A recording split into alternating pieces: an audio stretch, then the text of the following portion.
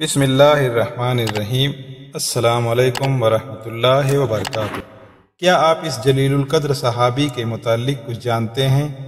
تاریخ میں یہ بات قلم بند ہو چکی ہے کہ ان کی ولادت باسعادت خانہ کعبہ کے اندر ہوئی۔ ہوا اس طرح کہ ان کی والدہ محترمہ اپنی سہیلیوں کے ساتھ کعبے کے اندرونی منظر کا مشاہدہ کرنے کے لیے خانہ کعبہ کے اندر داخل ہوئی۔ اس دن کعبہ کا دروازہ کسی خاص مناسبت کی وجہ سے کھلا ہوا تھا اور اندر داخل ہوتے ہی انہیں درد شروع ہو گئی، اور وہ درد اس قدر شدید تھی کہ اس کے لیے کعبہ سے باہر نکلنا ممکن نہیں تھا۔ فوری طور پر وہاں چمڑے کی ایک چادر منگوائی گئی جس پر انہیں لٹا دیا گیا، اور چند لمحے بعد انہوں نے ایک خوبصورت بچے کو جنم دیا۔ یہ خوش اتوار بچہ ام المومنین حضرت خدیجۃ الکبریٰ رضی اللہ تعالیٰ عنہا کا بھتیجا حکیم بن حزام تھا۔ حضرت حکیم بن حزام کی پرورش شریف النسل، عظیم المرتبت اور خوشحال گھرانے میں ہوئی۔ آپ عقل و خرد، طبعی شرافت اور علمی فضل و شرف کے پیکر تھے۔ ان خوبیوں کی بنا پر قوم نے آپ کو اپنا سردار بنا لیا اور حاجیوں کی خدمت کا منصب ان کے سپرد کر دیا۔ زمانہ جاہلیت میں حاجیوں کی خدمت کے لیے اپنے مال میں سے ایک خاص حصہ نکال کر الگ کر لیا۔ رسول اللہ صلی اللہ علیہ وسلم کی بعثت سے پہلے حضرت حکیم بن حزام رضی اللہ عنہ آپ کے گہرے دوست تھے، اگرچہ یہ نبی کریم صلی اللہ علیہ وآلہ وسلم سے 5 سال بڑے تھے، مگر آپ صلی اللہ علیہ وآلہ وسلم سے الفت اور محبت مثالی نوعیت کی تھی۔ یہ آپ صلی اللہ علیہ وآلہ وسلم کی مجلس میں بیٹھ کر دلی اطمینان اور انتہائی خوشی محسوس کرتے تھے۔ ان کے جواب میں حضرت محمد صلی اللہ علیہ وآلہ وسلم بھی ان کے ساتھ محبت و الفت سے پیش آتے۔ جب نبی کریم صلی اللہ علیہ وسلم نے ان کی پھوپھی حضرت خدیجۃ الکبریٰ رضی اللہ تعالیٰ عنہا سے شادی کی تو پھر اس رشتہ داری کی وجہ سے تعلقات اور بھی مضبوط ہو گئے۔ اتنے گہرے اور مخلصانہ تعلقات و روابط کے باوجود آپ کو یہ سن کر تعجب ہوگا کہ حضرت حکیم بن حزام فتح مکہ کے دن مشرب اسلام ہوئے، جبکہ آپ صلی اللہ علیہ وآلہ وسلم کو نبوت ملے 20 سال سے زیادہ کا عرصہ بیت چکا تھا۔ عقل و دانش کا تقاضا تو یہ تھا کہ حضرت حکیم بن حزام رضی اللہ تعالیٰ عنہ جیسا زیرک، معاملہ فہم، دانشور، جسے رسول اللہ صلی اللہ علیہ وآلہ وسلم کا قریبی رشتہ دار بھی ہونے کا شرف حاصل تھا، سب سے پہلے آپ صلی اللہ علیہ وآلہ وسلم پر ایمان لے آتے، آپ صلی اللہ علیہ وآلہ وسلم کی دعوت کی تصدیق کرتے اور آپ کی ہدایت کو تسلیم کر لیتے۔ لیکن اللہ کی مشیت ہر چیز پر غالب آتی ہے، وہی ہوتا ہے جو منظور خدا ہوتا ہے۔ حضرت حکیم بن حزام رضی اللہ تعالیٰ عنہ کے تاخیر سے اسلام قبول کرنے سے جیسے آپ تعجب ہوئے، انہیں خود بھی تعجب ہے کہ انہوں نے اسلام قبول کرنے میں تاخیر سے کام کیوں لیا، وہ حلاوت ایمانی کا مزہ چکھنے سے اتنی دیر محروم کیوں رہے۔ وہ اپنی زندگی کے ہر اس لمحے پر بے انتہا شرمندہ تھے جو انہوں نے اللہ کے ساتھ شرک کرنے اور پیارے نبی حضرت محمد صلی اللہ علیہ وآلہ وسلم کو جھٹلانے میں گزارا۔ اسلام قبول کرنے کے بعد ایک روز بیٹے نے دیکھا کہ ابا جان زارو قطار رو رہے ہیں۔ پوچھا، ابا جان آپ رو کیوں رہے ہیں؟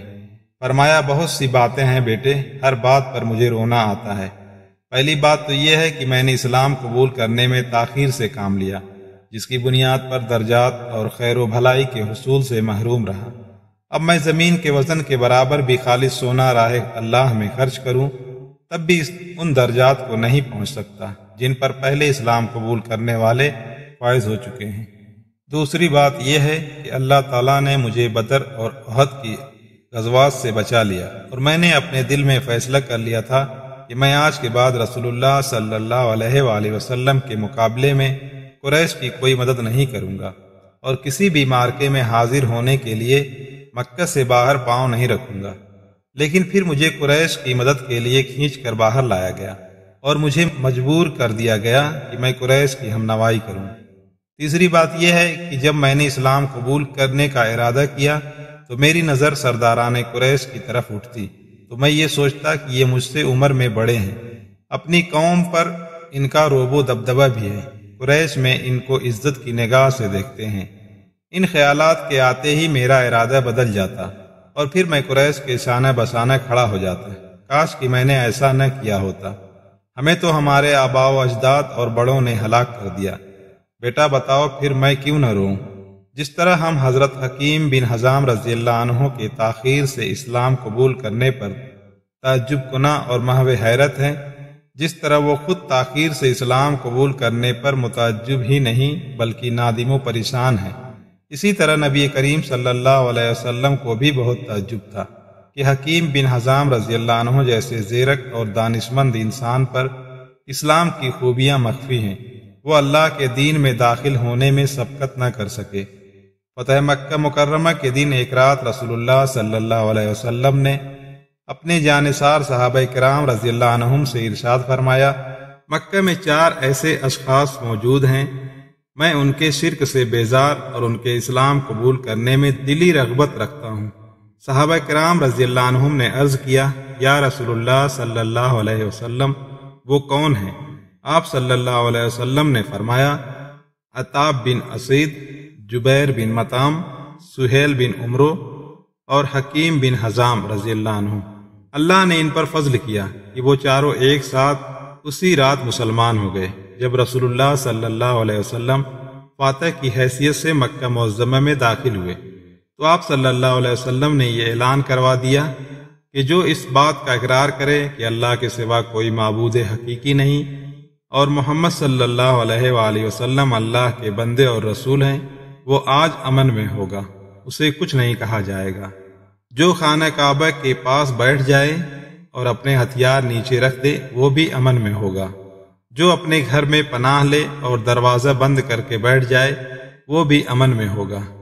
جو ابو سفیان کے گھر میں پناہ لے وہ بھی امن میں ہوگا، اور جو حکیم بن حزام رضی اللہ عنہ کے گھر میں پناہ لے وہ بھی امن میں ہوگا، اسے آج کچھ نہیں کہا جائے گا۔ ان دنوں حکیم بن حزام رضی اللہ عنہ کا گھر مکہ معظمہ کے نصیبی علاقے میں تھا اور ابو سفیان رضی اللہ عنہ کا گھر مکہ کے بالائی علاقے میں تھا۔ حضرت حکیم بن حزام رضی اللہ تعالیٰ عنہ نے اسلام قبول کیا تو یہ اسلام ان کی عقل و دانش پر غالب آ گیا، وہ ایسا ایمان لائے کہ یہ ایمان فوراً ان کے رگ و پے میں سرایت کر گیا۔ انہوں نے اپنے دل سے یہ قطعی عہد کیا اور قسم کھائی کہ میں اپنے دور جاہلیت کی حماقتوں کا مداوع کروں گا، اور جس قدر میں نے مال و دولت رسول اللہ صلی اللہ علیہ وآلہ وسلم کی عداوت میں خرچ کیا، اس سے بڑھ کر اب آپ صلی اللہ علیہ وآلہ وسلم کی محبت اور اسلام کی تائید میں خرچ کروں گا۔ واقعی انہوں نے اپنی قسم پوری کر دکھائی۔ دار الندوہ و پرشکوہ تاریخی عمارت جس میں قریش دور جاہلیت میں مشورے کیا کرتے تھے، جس میں صنادید قریش رسول اللہ صلی اللہ علیہ وآلہ وسلم کو قتل کرنے کے منصوبے بنایا کرتے تھے، وہ عمارت حضرت حکیم بن حزام رضی اللہ تعالیٰ عنہ کی ملکیت تھی۔ انہوں نے دور جاہلیت کی یادیں بھلا دینے کی خاطر اسے 1,00,000 درہم میں فروخت کر دیا۔ ایک قریشی نوجوان نے ان سے کہا، چچا جان، آپ نے عزت و اکرام کی نگاہ سے دیکھے جانے والا قریش کا ایک عظیم مرکز بیچ دیا، آپ نے یہ کیا غضب کیا؟ آپ نے فرمایا، بیٹا تیری اس سوچ پر مجھے ازحد افسوس ہے، اب تقوی اور ایمان کے علاوہ ساری عزتیں ملیا میٹ ہو گئیں۔ سنو، میں نے اسے اس لیے بیچا ہے کہ اس کی قیمت سے جنت میں ایک گھر خرید سکوں۔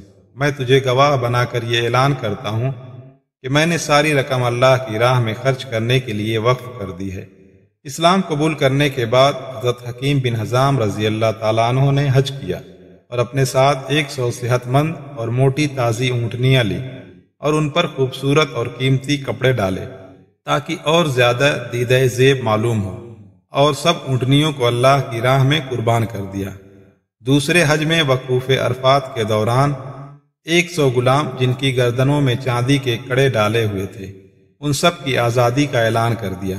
تیسرے حج میں 1000 بکری مینا میں رضائے الہی کی خاطر قربان کی اور ان کا گوشت مسکینوں اور غریبوں میں بانٹ دیا۔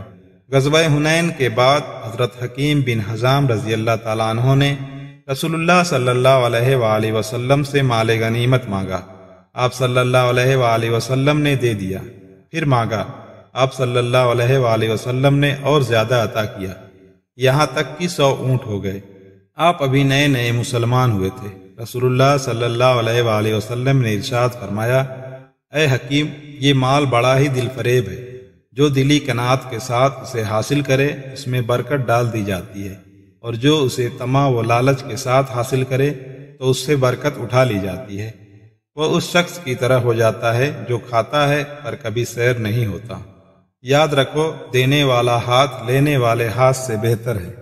جب حضرت حکیم بن حزام رضی اللہ تعالیٰ عنہ نے رسول اللہ صلی اللہ علیہ وآلہ وسلم سے یہ بات سنی تو عرض کیا، یا رسول اللہ صلی اللہ علیہ وسلم، مجھے قسم اس ذات کی جس نے آپ صلی اللہ علیہ وسلم کو حق کا پیغمبر بنا کر بھیجا، آج کے بعد میں کبھی کسی سے کچھ نہیں مانگوں گا اور زندگی بھر کسی سے کوئی مطالبہ نہیں کروں گا۔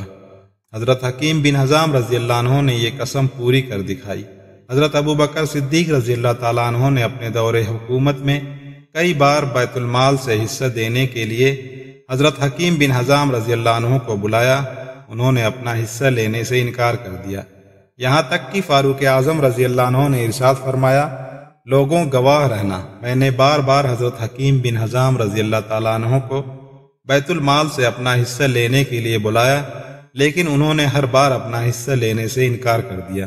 حضرت حکیم بن حزام رضی اللہ تعالیٰ عنہ زندگی میں اپنے اس موقف پر ڈٹے رہے، کسی سے کچھ نہیں مانگا۔ اگر کسی خلیفہ نے کچھ دینے کی کوشش کی تو آپ نے اسے لینے سے انکار کر دیا، اور اسی حالت میں اپنے خالق حقیقی سے جا ملے۔ اللہ تعالیٰ کی ان پر ہزارہا رحمتیں نازل ہوں، آمین یا رب العالمین۔